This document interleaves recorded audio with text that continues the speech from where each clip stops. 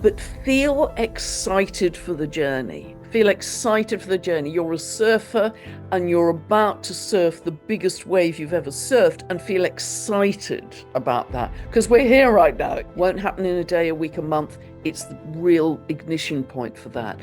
People who are visionaries and have invented amazing new technology for the world have Jupiter-Uranus conjunction. Steve Jobs had a Jupiter-Uranus conjunction natally. Tim Berners-Lee, who invented the World Wide Web, had a Jupiter-Uranus conjunction. So it's kind of the visionary awakened mind. However, with the recent discoveries, and I'm sure you're aware of this, Catherine, with Robert Edward Grant in the pyramids, and the pyramids could be 13,000 years old or older, and all of the astrological signs have been discovered at Christmas time inside the king's chamber. That must mean that whoever built the king's chamber had brought the knowledge of the stars, the constellations with them, because I think astrology is only half the picture. The other half is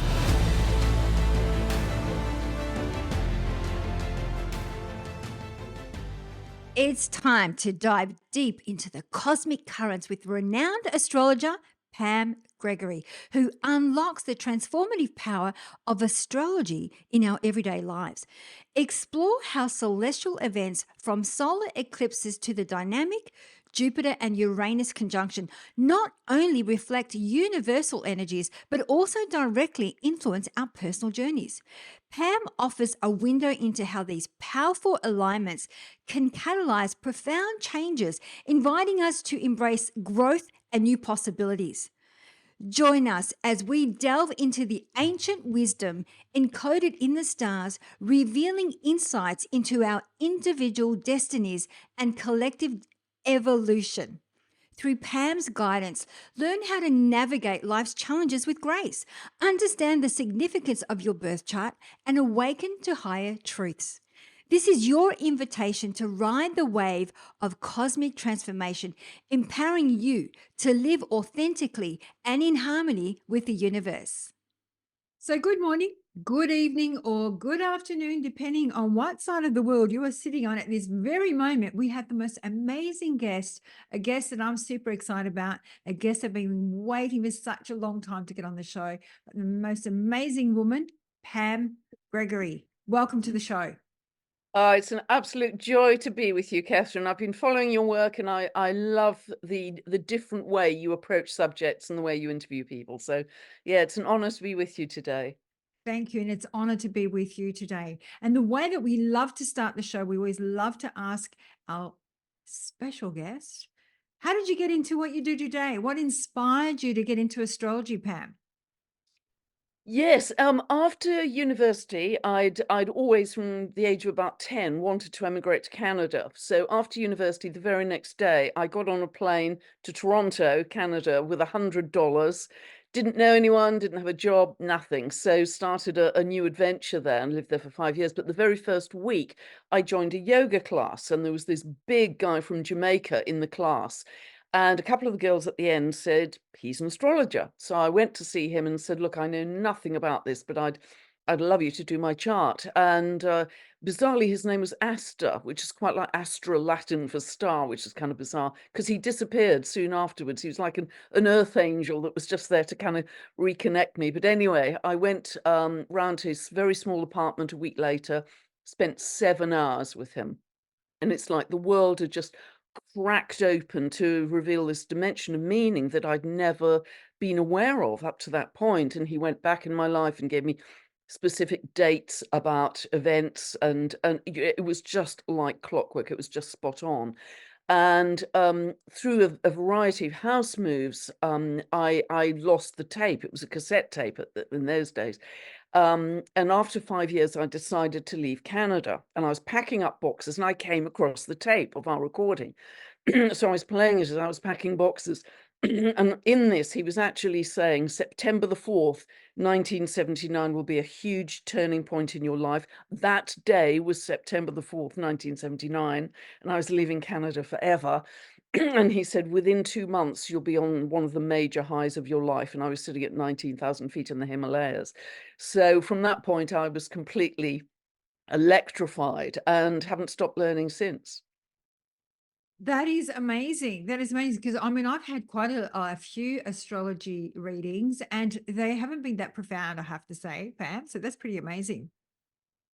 Yes, and it's a very it's very important. Well, I no longer do client work because I'm so busy doing, helping the collective, but it's very important to pinpoint the birth time. So I will usually dowse it to get a birth time if people don't know.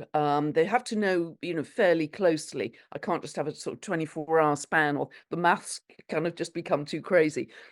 But once I've got that dowsed birth time, I will go back in the person's life, this life, and identify specific dates which have a black and white yes or no answer. Not, well, did your father die that month? And you can't say, well, he kind of died. He either did or he didn't. It's black and white answers. Did you have your first child then? Did you change country then? Did you?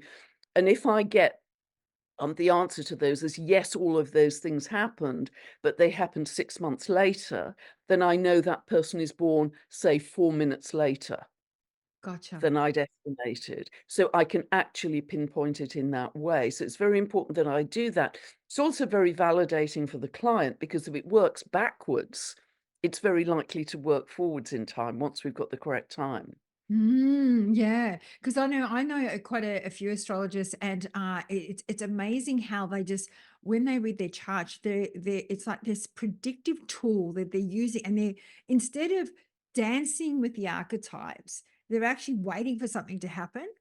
And I just find that really interesting because for me, and I could be wrong. I mean, I'm not an astrologist, but I have been dabbling in astrology for quite some time. That for me, it's like the weather forecast. It's what's around, and it's what we do with these archetypes. And 100%. and whether they get and I'd love to hear more about whether they get activated, and if they're not activated, I'm sure they get activated, but it's like if I look, for Pluto, for example, there's the light and the shadow of each archetype. And so Yeah. I feel that if we don't dance with those archetypes, they sit in the shadow, and then we'll get the shadow aspects of like for Pluto, destruction and power struggle compared to if we in the light with them and dance with it, we're probably more into the transformation and the healing and that kind of energy. So I'd love to hear more about how do we navigate through this cosmic dance?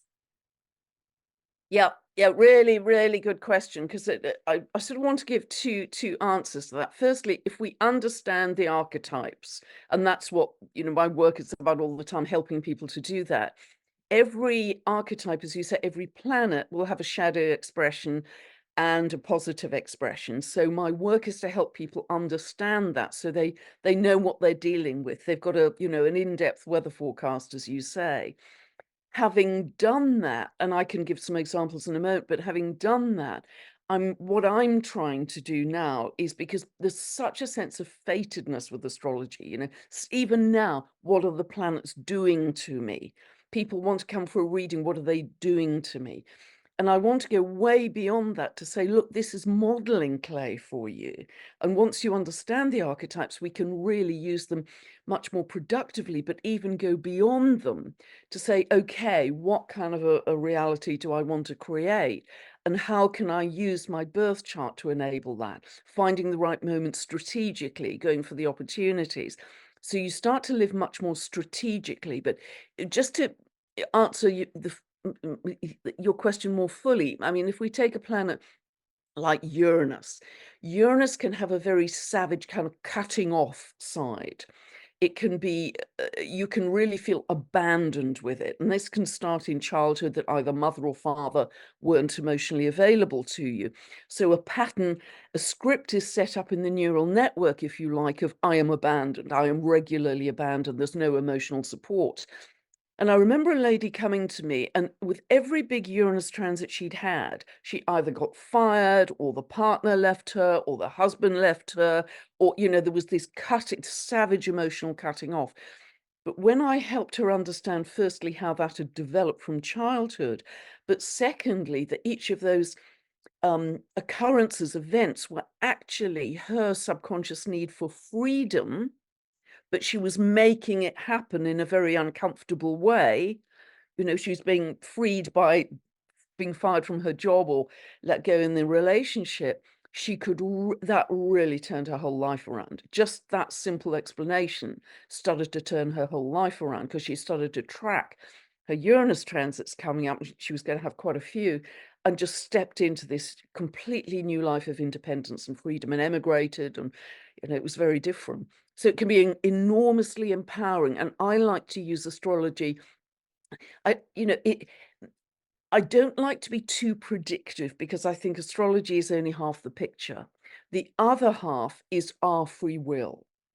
And so I really want to empower people with it rather than saying X, Y, Z is going to happen and we're all doomed. You know, there's no hope, we're all doomed. I mean, that is not a great use of astrology, because the last thing I want to do is put people into fear, particularly at the moment. I want people to take the prevailing astrology of the time, the prevailing archetypal patterns, and say, okay, how can I live the best possible life? How can I make this earth and all the people on it have the best possible experience, and be really standing proud in how fully I've used the astrology to its best. Am I making sense there, Catherine? I 100%, I 100%, and I'm right there with you because I believe that whatever is available to us, it's the meaning that we give it. So for me, I know that when Pluto did the whole transit in Aquarius, people were like, "Oh my God, you know, there's going to be all this change and all the breakdown of all these systems," and I looked at that as like, "Wow, this is great. We're stepping into change." But everyone, there was fear. So I really believe that a lot of it is the how we interpret or our perception of what's taking place also plays a part on how we then experience what's taking place. 100%. I'm so with you on that, Catherine. And it's something I've been talking about a lot recently, about what is your filter? What is your lens? Because if your filter is always, you know, life treats me badly, I'm a loser, things never work out for me, that will be your reality. If your filter, if your belief system is, these are amazing times of change, and I'm just going to ride these waves to the best place I've ever been in my life and take the collective with me, then that's a very different filter, and that is more likely to manifest because that's your belief system. So that's something I've really been hammering home recently, because, as I say, I really have got to the place where I think astrology is just half the picture. It's what we do with it then, and don't go into fear. Yeah. Yeah, I know, it's easier said than done too, right? I mean, I don't watch the news. I haven't watched the news forever, purely because I'm too sensitive. Well, Pisces Sun, Scorpion Moon, Scorpion Ascendant, very sensitive. So for me, I just stay away from that kind of information.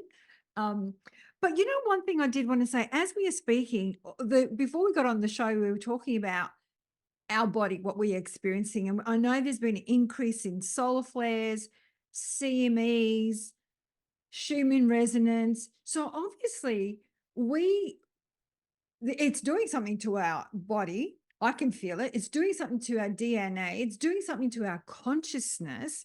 And this Yeah. is the part where, as we're speaking about how do we dance with these archetypes, how do we navigate through this storm of these changes that are taking place? Because I feel like I'm having a lot of out of body experiences. Yeah, and this will accelerate. The psychic sensitivity for people will accelerate massively, because we really are changing form, if you like, from carbon to crystalline.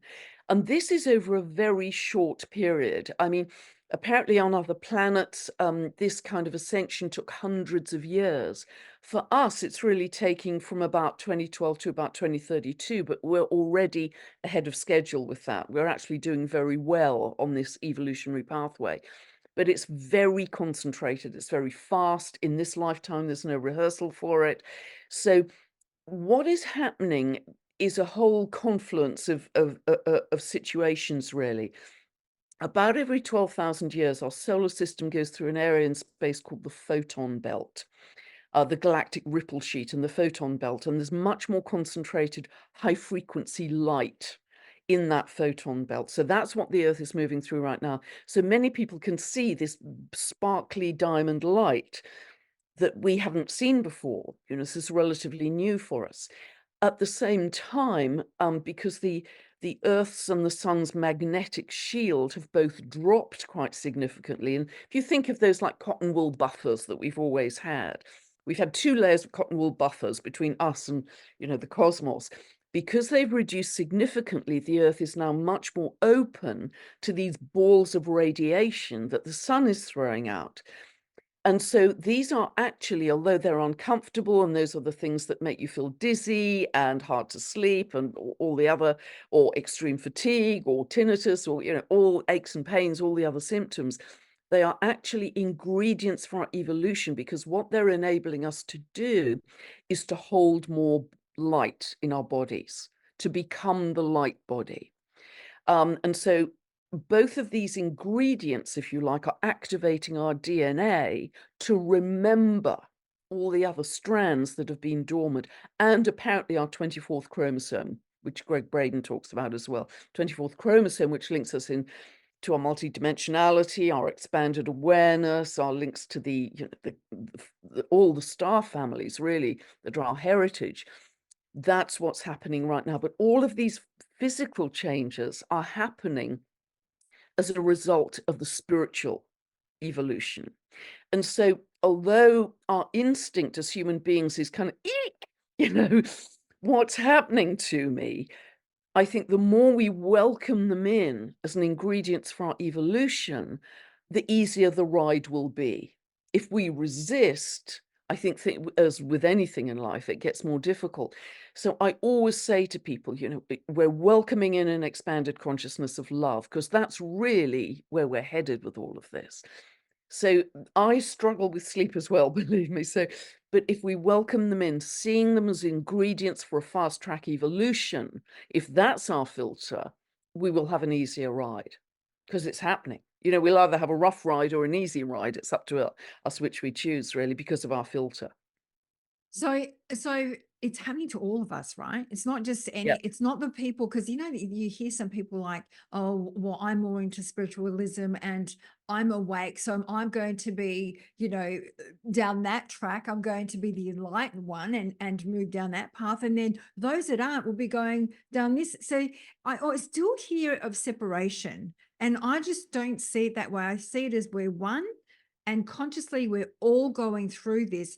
How we're responding or reacting dependent on a baggage, I guess. The baggage, because I wonder, like, if I think about light, when light comes through, if we've got a lot of baggage, and I'm just talking from healing, because I used to do a lot of Reiki, Seiki, all of that when I was a lot younger.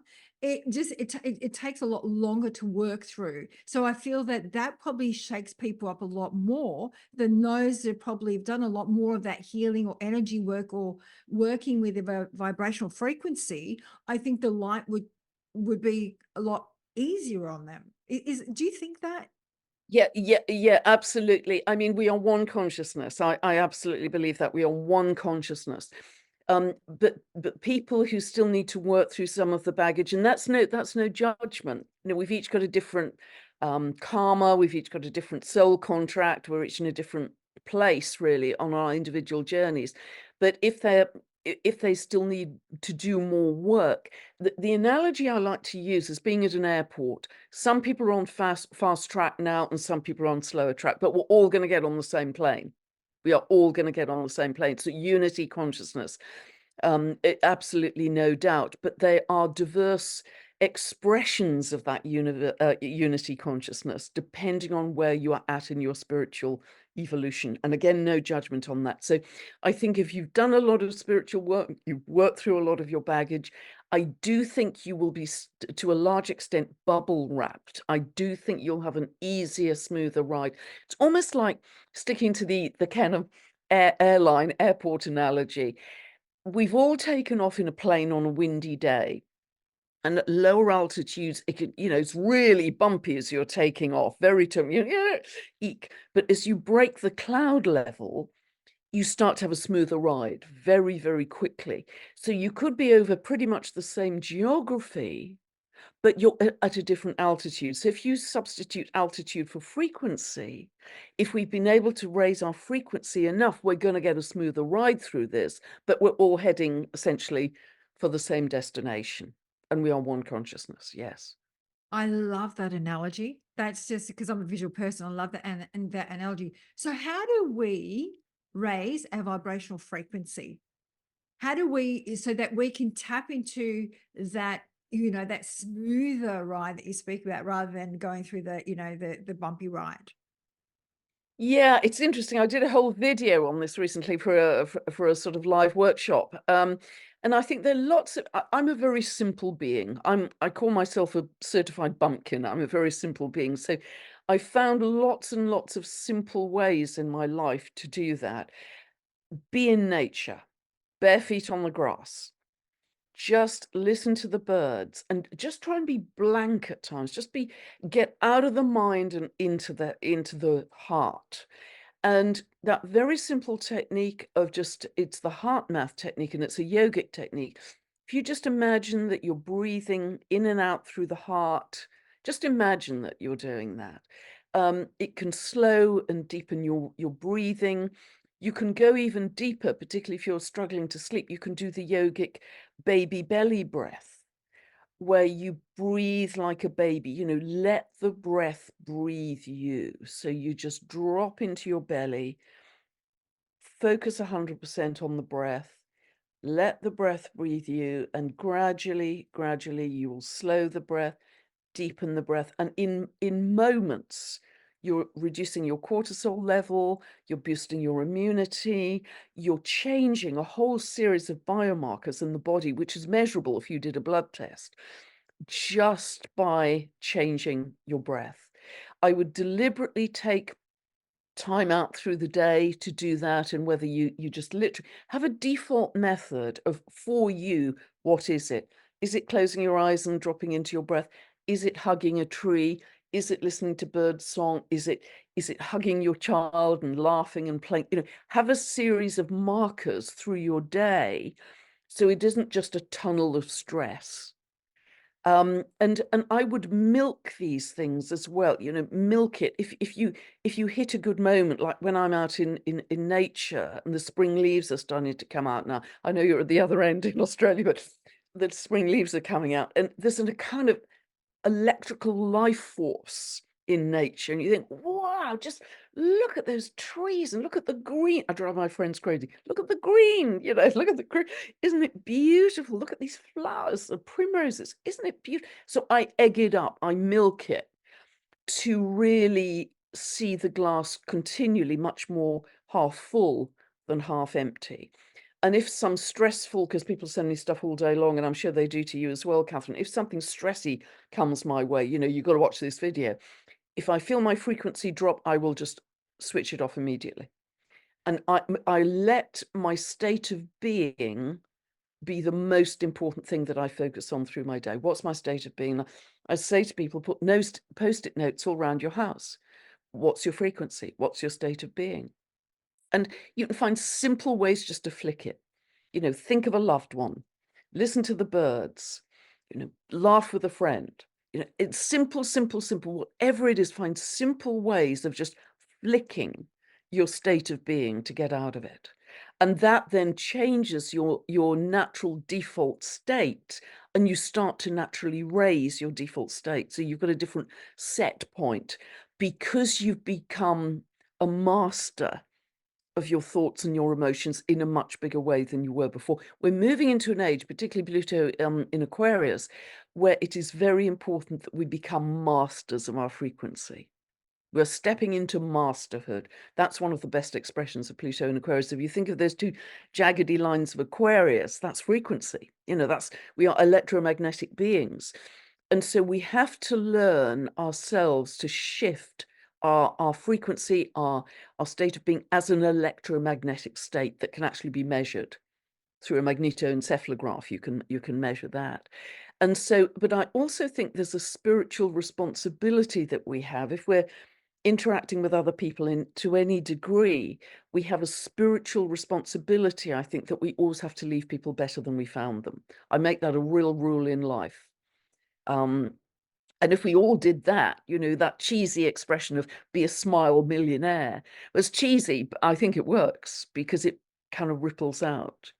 It So there are does. lots, you know, all of these are, then it's not a ritual, it's not a ceremony, there's nothing complicated, simple, simple, simple ways through your day of just kind of catching yourself. Well, I'm not going to go there. I'm going to stop there and I'm going to come back to something that will lift my frequency. Does Mm, that simple? absolutely. Absolutely. I always think, is it Jim Rohn? You're the average of the 5 people that you hang out with. You know, Yes. yeah, and I'm conscious of that, like, and I think that I've become very, I've got the picture of the hermit card in my mind right now because I have become very much of a hermit because everyone is very different, and I'm not judging at all because I am practicing Pam, which has taken me a long time, non-resistance, non-judgment, and non-attachment Yeah. and it's very hard practice, a very hard practice because we've been conditioned to judge, attach, resist. And Yeah. so as a practice has been really, really hard for me, but I really want to maybe explore a little bit about the dwarf planets because I know you speak about the dwarf planets quite a fair bit. And I love to see how this is influencing us personally, but collectively, as a collective consciousness. Yeah, beautiful. It's so interesting to me, Catherine, that these dwarf planets, the ones we've discovered so far, were discovered, a lot of them by a wonderful astronomer called Mike Brown, who lives in Arizona, I believe, or around that area. And luckily, he's very well versed in mythology. So it's the discoverer, astronomer, who gives these dwarf planets their name. And luckily, he just through synchronicity, or he's named the planets and found archetypes that very much resonate with the way those dwarf planets operate, which is wonderful. He's given us a real gift with many of them. So, but a lot of them were discovered about 20 years ago. Now, they have been out in space for millions of years, undoubtedly, but our consciousness hasn't been able to access them until recently. So yes, you can say we've got stronger telescopes, but it isn't just that. Our consciousness was not ready to integrate them. So they are now becoming a higher octave of consciousness, I think, in the astrology. And that's why they fascinate me, because what I call our regular bread and butter planets that I've always worked with, they are more expressions of our psychology or our personality in a way. These dwarf planets are operating more on a collective consciousness level. Almost think of indigenous people who identify with their tribe as their extended family. You know, they don't just introduce themselves as a single person, they introduce themselves as part of that collective, that tribe.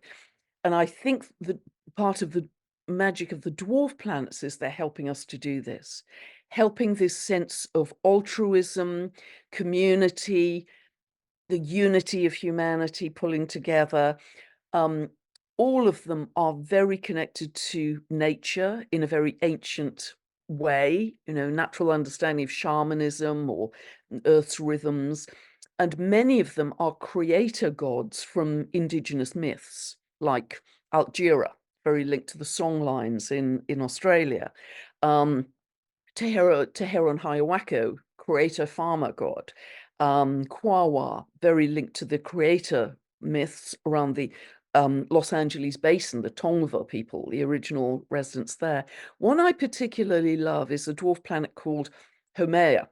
And she's very relevant at the moment. And she is linked to the Hawaiian goddess of fertility. And she has three different aspects to her archetype. One is that she was able to birth babies from all over her body, not just the normal places. And she could regenerate herself from an old crone to a young maiden, which, you know, we can all look forward to. So she has an incredibly creative, regenerative capacity. and she could summon wild food from the land, even if it was laid waste by poor agricultural practices. She had a magic stick called the Makalai. So there's that aspect of her archetype. Another aspect is in her fire goddess side. She was said to birth the 8 islands of Hawaii, the volcanoes that erupted and became Hawaii. And in a final aspect of her archetype, on the island where she lived in Hawaii, her partner had taken some wild bananas from the land, and the autocratic leader at the time, as the myth goes, was going to put him to death for taking the wild bananas, because the autocratic leader said, we have first choice on the best food, and what's left can go to the peasants. And so, to prevent her partner being killed, Haumea summoned her community and summoned her spiritual help, and in some way overcame the autocratic leader. She used spirituality, she used community to overcome the autocratic leader. So this is feeding into our Aquarian myth of moving into collaboration and community in a bigger way. Now, for some years, this is exact now, and for the next few years, she is square to Pluto. And she's also in a 150-degree aspect, a quincunx to Sedna. So all of those archetypes are not just about transformation, they're about metamorphosis for humanity. And the way we are going to go through this metamorphosis, I think, is, and all of the physical things I was just talking about with the solar flares and the photonic light, etc., is to come into community, to reconnect. And I think one of the things that the recent pandemic did with all the lockdowns is make us just yearn for human connection. And we are now rediscovering that in a much bigger way than we ever would without that pandemic. We would have just kept going, same old, same job, same comfort pattern. But that shook us up to say, no, I really want to connect with other people, particularly like-minded people. And that's happening in groups all over the world. I'm in a very big group locally, which is just wonderful. And all of like minds, and that's incredibly supportive. I'd recommend people do that if they can find them. Yeah, I totally agree with you, because I think that for me, the pandemic slowed everyone down to the point Yeah. where they were able to go inside. And I think we were so external focused for such a long time, busy for the sake of busyness, that we forgot truly who we were and what we wanted out of life. So I think there was some great, and look, I've lost lots of people, but I've gained amazing people. So there's been some great communities joy, that have been formed because of it. And I love that. I love that. You actually just remind me when you were talking about one of the dwarf archetypes, Hawaii, what's Yeah, the name? Haumea. Haumea. Havea. It made me think of, I did spend a lot of time in Hawaii. I was studying Huna, and and so basically we would go to the volcano and gift Pele, which was the volcano goddess. Yeah. And so when you were talking about that, because I remember we did this ceremony and I was meditating, and the water came, it's like the island is alive, the big island, Yeah. but it Yeah. came towards me. And because of my experience, I thought, this is such a beautiful experience. I never want to forget this. So I grabbed a little rock and I thought, I'll take this as something to take home back to Australia. The next day in class, the Kumu said, he warned that people that take things from the island have bad luck. You should have seen me, Pam. Within that instant, I was under a tree, giving the rock back to the island, and asking for forgiveness. Yeah, so they're very. So when you were talking about the taking the bananas and things like that, just made me think that it's very sacred, the islands. Very, very. And it's very linked to, I think, ancient Lemuria. That's said to be the Yes. base for ancient Lemuria. There's a chap, a friend of mine, Heather Ensworth, has interviewed, who's still carrying on that lineage living in Hawaii. And so I also think the frequency of ancient Lemuria is starting to come back now. And that, as we understand it, was the most perfect civilization we've ever had on Earth that we know about. And I think that frequency is very much coming back, and maybe even some of the land, because Lemuria, Greg Braden talks about this a lot. Yes. Lemuria was actually a huge continent. If you look at the ancient maps of from Asia and Tibet, they show it as a very large continent that sunk under the sea. So I have a strong sense that's coming back at least into our frequency. Yeah. It sounds like we're going through like a transformation, that our body is transforming, that it feels like in a few years' time. Richard Rudd talks about it. I had him on the show, and he was talking about how, and he was talking the beautiful story about the transformation of a dragonfly, how it ends up, in the water, and when it comes out, crystallized, and it ends up flying. So the actual transformation is what we're going through in some way, shape, or form. Um, which is really, it makes me wonder what we're going to look like in the next 10, 20 years. We will look physically lighter, I think. I mean, I don't know if you've heard me talk about it. This is, gosh, I think it's about a year ago now. It was at the end of the night, and I just had this incredibly vivid dream. It lasted maybe 30 seconds before the alarm went off, which was so annoying. But all it was, in the dream, I was in an empty room, nothing in it, but it was filled with pink and peach kind of sparkly light. And there was a mirror on the wall, and I walked up to the mirror, and I was just pure light. My eyes were absolutely extraordinary. I was just pure light. And then I just started to lift off. I just started to levitate. And then the alarm went off. So I saw myself as the light body. And I really, and I'll never forget, it was so pin sharp. It was kind of third eye sight, because my own eyesight isn't that sharp. So, and that was a promise for humanity, not just for me, but for all humanity. So I think as we move forwards, I mean, the Lemurians were said to live largely in their light body and be attached by a silver cord to the earth. And they ate very, very little, very lightly, obviously no animals. They couldn't hurt another living being. And so that is the direction that I believe we're moving into. And yes, it's hard for us to understand sometimes, because if you do think of the caterpillar, and if you said to the caterpillar, one day you're going to be able to fly wherever you like and visit plants and trees and blossoms, and you say, you kidding? I can't move an inch in a day. Are you kidding me? So it's hard for us to kind of make that jump in our minds, but internally, that is the process I believe we're going through. There literally physical changes to our DNA, to all of our cells, and we are evolving, metamorphosizing, if that's a word, into I want to call it a galactic human. A galactic human. We are going to rediscover our galactic heritage, because we've always thought of ourselves as just human beings, with little green men being scary things. Well, that's just not true. We're made of stardust. We know that, the iron in our blood, the calcium in our bones, that's come from the stars. We are made of stardust. And so we are very much going to reconnect, I think, with our galactic family. I mean, look at all the people who are channeling Palladians and Arcturians and, all of those galactic beings. It's coming closer and closer. And I run this very simple meditation on a Sunday evening at 7 o'clock. I know it's a terrible time for Australia, but it kind of works for the rest of the world. And there's so much telepathy going on, because more and more people are experiencing benevolent, very tall, benevolent galactic beings coming in to support us when we have those meditations, which is just beautiful, isn't it?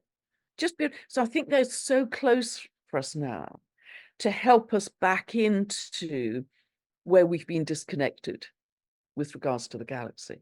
I have seen such an increase. It's incredible. And I mean, some of them are so profound. And but it's almost like when you listen to them, it's there's almost like a remembrance that takes place.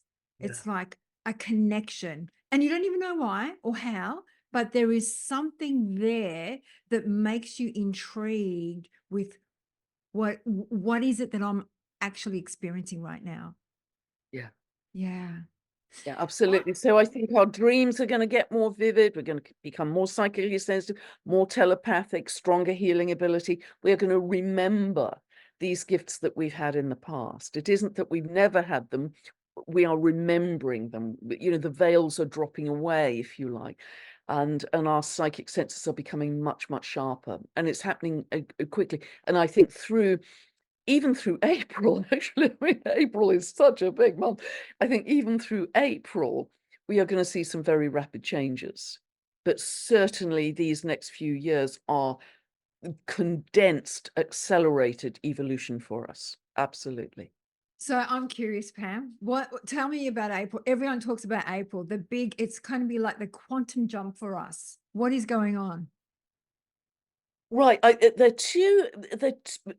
If we had to sort of boil it down, there are two very big astrological aspects. The first is the total solar eclipse, which everyone is talking about next Monday. And it's big because it's total. It's big because it is yet again falling across America. We had in August 2017, we had a total solar eclipse falling northwest southeast. We had another solar eclipse October last year falling northwest southeast. This upcoming one on Monday is falling northeast southwest, with the crossing point being Texas. Over the last year or so, I've been saying, watch Texas. Something is going to develop in Texas. And of course, you know, now they have said that they're not going to obey federal law. They're only going to follow the Constitution, sort of border issues of various kinds there. But it's more than that. There's a bigger astrological reason why the US is kind of in the crosswires, in the focus, because it's also still going through its Pluto return, which means that Pluto in its orbit for the very first time since 1776 is coming back to the birthplace of the US, 4th of July, 1776. So it's for the very first time saying, okay, America, who are you? This is who you were when you birthed in 1776. Who are you now? Geographically, which states make up America? Politically, constitutionally, economically, what's your value system? All of those things are clear in the astrology. So this total solar eclipse is going to throw all of that Pluto return into high relief, if you like. So I think a lot is going to happen in America in many, many ways. It's going to go through a huge transformation. And this is the kind of ignition point for that. So the energy, but of course this is global as well, but the focal point I think will be America, and whatever happens in America will ripple out to the rest of the world anyway. But the energies of the total solar eclipse are never just for one day. They last the consequences of it last for about 6 months. Then blending with that, we have something called the Jupiter-Uranus conjunction, which happens on the 20th. And again, not just for one day. This is the ignition point for everything that follows. And this happens every sort of 13 to 14 years, but in Taurus, it hasn't happened since 1941. But it is generally a very exciting and auspicious aspect. There's a feeling of, wow, freedom, liberation, awakening, expanded awareness, expanded consciousness, quantum jumps in our consciousness, quantum jumps in our understanding, a lot of truth coming to light. It will expand revolution across the world. It will shift the power more to the people, which is part of Pluto's move into Aquarius anyway. It will accelerate that whole theme of there's a shift of power back to the people. Won't happen in a day, a week, a month. It's the real ignition point for that. It could increase seismic activity because Gaia herself is going through her own evolution.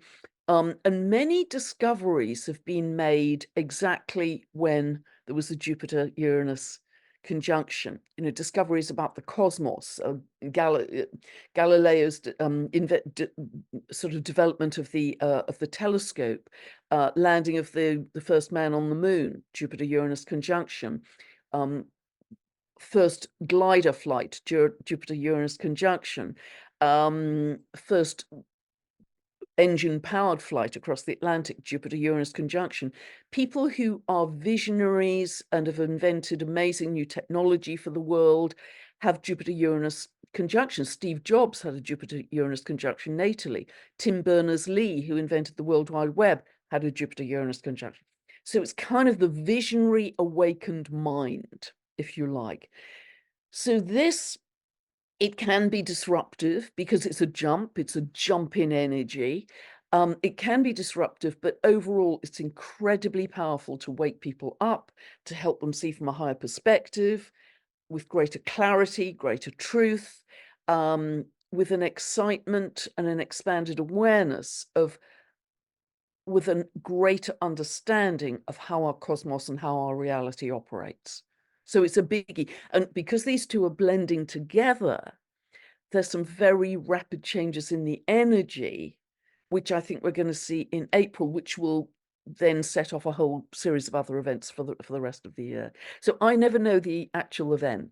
I never know the event because 50% of it is what humanity does with their energy, as we've just been saying. So I never know the actual event, but I think it's going to be fast, dynamic, eventful, and exciting. So, in other words, hang on to our pants or our hats and get ready for the Welcome it ride. in. Yeah, welcome it in. Wow, amazing. So, I'd like to understand when you talk about astrology, you talk about it being uh, a sacred. I think it was like a sacred, the way that you described it with the music and the sacred language. I love the way that you describe it, and I can't speak like you, of course, but I love the way that it's like how we play with it and knowing what's coming, knowing with all these big shifts when we're talking about these big celestial alignments. I don't know, I'm sure there's a lot more to come because people talk about also 2026 is a big time as well. 2025 it looks like we're going in for a big ride for the next couple of years anyway.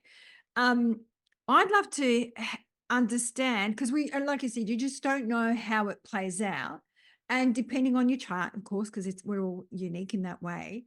But how do we play with first of all, how did you describe it from a music, when you're talking about it's a sacred language, astrology, and that it's like the music, and it's almost like how we're the musicians, how we play these notes. 100%. I mean, it's quite a useful analogy because every person's birth chart is completely unique. It will never be repeated in history again. I mean, and isn't that remarkable? So that says all of us are special. But we then have latitude, we have free will in how we play that piece of music. You know, we can just bang a tin spoon on an old box, or we can be part of the London Philharmonic. We can have a small life or we can have a big life. And, you know, we all kind of sense that. Dare I do that? Dare I step out? And some of us do and some of us don't. So our latitude comes in how we play that unique sheet of music. And so that's why I think actually we have a considerable amount of free will. Having studied tens of thousands of charts, I've seen how people have fully stepped into their birth chart and had a magnificent life in terms of helping many other people. Whereas others, perhaps who are more fearful, have kind of still held the trapdoor down and, you know, stayed small and stayed tight. And that's not my judgment. That's entirely up to how they run their life, you know. And, as you say, no judgment, because that doesn't take us to a good place.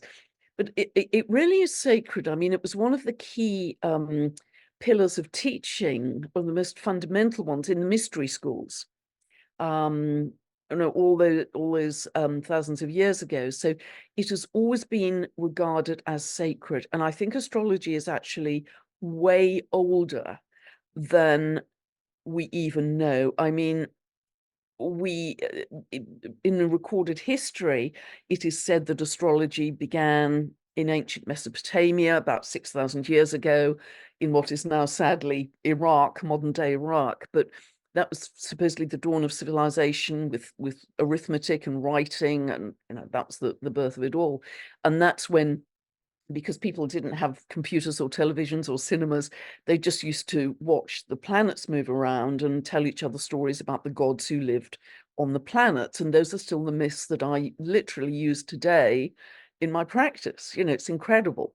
And it came from about 6,000 years ago. However, with the recent discoveries, and I'm sure you're aware of this, Catherine, with Robert Edward Grant in the pyramids, and the pyramids could be 13,000 years old or older, and all of the astrological signs have been discovered Christmas time inside the king's chamber. That must mean that whoever built the king's chamber had brought the knowledge of the stars, the constellations with them. And the estimate is, and this reinforces Graham Hancock and Robert Bauval's work as well, that the pyramids are 13,000 years older, or maybe even an entire precessional cycle older than that. So that throws the the 6,000 years up in the air, because it's actually a galactic language, isn't it? It's a language of the constellations, language of the planets. So I think it's that kind of thing that we are on the brink of discovering right now. But it's sacred because really you're looking at a person's internal architecture when you're looking at their birth chart. And so often I think when I was doing client work, I would simply ask a question or plant a seed, and they'd just sit and hold sacred space for that to drop, which is so much better than me telling them or explaining to them. Do you know what I mean? They have to get to that place themselves. So it's the holding of sacred space, and the birth chart gives me the questions to ask. It gives me the architecture of that person's psyche or soul to ask the correct questions to help jump that into consciousness. And Carl Jung, as you probably know, was a prolific astrologer. He was kept very quiet about it, but he used to use it for all of his clients because it gave him a shortcut to whatever psychosis they were going through, because he could see it on a piece of paper. So it's sacred in that way. You're dealing with something which is really profound and ancient, and probably just a continuation of many, many lives. Well, certainly a continuation of many, many lives for that person. You know, what is the golden thread that they are still continuing, and they still have, as we all have, lessons to learn in this life, and the questions you ask, the seeds you plant, could help them get to those answers faster. I just think it's the most beautiful modality in so many ways. I'm shaking my head because I totally agree with you, Pam, because I believe that, and I was saying this just the other day, that when somebody picks up your chart and reads your chart, it depends on their lens, it depends on their perception, it depends on their belief system, it depends on how they read charts. So I think that the way that you do it by asking question, you're actually tapping into their own psyche, allowing them to bring that archetype to life, or whatever that may, whether they want to work on career, relationship, love, health, whatever that may be. But you can see it on the chart, and therefore you can ask the right question, the right thought-provoking questions for them to bring the story to life, because it's so much more powerful when the individual can bring it to life rather than somebody that you don't know very well that's got the chart in front of you telling you what's going to happen to you and what has happened to you. Yeah, that doesn't help the integration process for that person to move forwards. And, you know, Carl Jung's work was all about whatever was stuck in the unconscious that was causing that person the problem, bringing it to the conscious. And once it's in the conscious mind, you can see it, release it, change it, etc. So, and astrology is immensely powerful at doing that. It's a wonderful tool. I love it. I love it. I always say, if you can name it, you can tame it, because anything that's sitting at whether it's unconscious or subconscious, the moment you can bring it to the consciousness, that's when the real work starts happening, when you can actually start, working with whatever is coming up. So I love that. Absolutely love that. There's just one thing. Is there anything else that you would like to talk about that maybe we should all know, that what we should be getting prepared for or getting ready for? Because I know I have an hour with you and our time is wrapping up. But is there anything that you would like to tell us, or give us advice around anything that's coming up that we should be prepared for? I think we will go through a lot of change in different ways, in different geographies, but feel excited for the journey. Feel excited for the journey. You're a surfer and you're about to surf the biggest wave you've ever surfed, and feel excited about that, because we're here right now, we're in it. So feel excited that you chose to be here at this time. And something I often say, and I said it in a post yesterday, actually, just imagine that you're standing at the end of 2024 and you want to be proud of how you played this year. You might be slightly dusty and battered, but you want to stand proud and say, I could not have done more to ride that wave. And it was a bit wild sometimes, and it kind of kept kicking me off the surfboard, but I rode that wave and it took me higher up the beach than I've ever been before. Have that vision of you at the end of 2024. So that's what I'd say. And really, know that things will be turbulent. Keep your frequency high. Welcome in all of the ingredients, even though physically they're uncomfortable. Welcome them in, I would say, because they are fast tracking us. We have never. I was talking to Dr. Jude Currivan last month. In fact, the videos have just come out today, I think, or yesterday. And she, as a cosmologist, brilliant cosmologist, was saying that this is a completely unique experience for humanity. We have never gone through such a jump in our evolution as we are in right now. We are in it. We're in the crucible of change right now. So it's very exciting. And our souls chose to be here. We might want to check the small print a little more closely next time, but we chose to be here. So we're in it. And That's you do not want to be disappointed with yourself at the end of the year and say, "Ah, shucks, I went into fear," and you want to be proud of yourself. Yeah, I believe that, Pam. I believe that we chose to be here at this time and an exciting time. We are all experiencing this because we wanted to experience this. I don't know, but sometimes I get a vision me looking down and went, oh, as a soul, that looks like an interesting life. I might pick this one and experience it. And if I have a look at it, we've all had our own significant emotional events that have taken place in life. But for me, as hard as they were the most growth that I experienced. And so that's the way I see anything that's turbulent. I think by the end of it, we're going to come out bigger and stronger and lighter. I think we're going to do a lot of letting go. That's what I'm seeing. A lot of letting go needs to be done. Not so much attaining or acquiring or setting goals, but what is it that I need to let go of? And that comes back to that whole baggage stuff I was thinking about, is what is it that I need to release and let go of? And I do that as often as possible because we believe, well, I'm really getting into the whole ancestral stuff.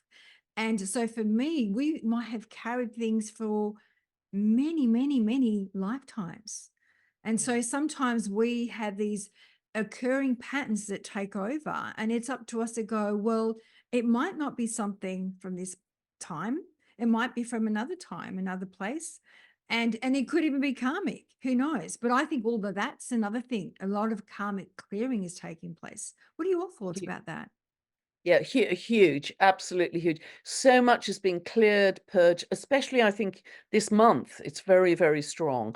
Purging, clearing, everything is becoming lighter. And so, but we had more time before, as it were. This time it's quick.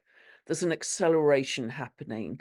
And so, yeah, I think one of the golden nuggets I'm going to mention at the end is try and see everything as operating for you rather than at you. Because in difficult times, they think, oh, God, this is just overwhelming and everything's coming at me and I'm struggling. And if we can see everything that happens in life, and you've just been saying it really, as happening for us, the most difficult times produce the most growth, that's a very good filter, a very good lens through which to see your life. So that's actually going to be one of my golden nuggets. Well, Pam, this is a perfect segue to go there. So, as you know, we wrap up the show with three shiny golden nuggets. So, what would you like? That is obviously one. What are the two shiny golden nuggets would you like to leave for our listeners? I think living from the inside out rather than the outside in, because that brings you into your center, your power. It's much simpler to live from the inside out rather than being buffeted by the nightly news. So live from the inside out rather than the outside in. That really connects you to your inner strength. And lastly, always be kind. Always be kind. Oh, I love that. I could relate to the second one mostly because I find that sometimes when I'm feeling a bit rattled or off Yeah. key, I'm external focused, and then I just hold my heart, just drop into my heart and go inside. And there's just so much more peaceful there. So I do love that one. I love all three.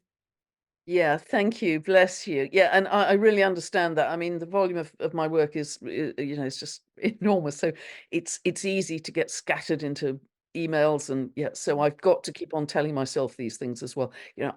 I haven't cracked them all, but I've got to keep remembering all the things that I walk my talk. Yeah. Got to keep doing all the things I share with you.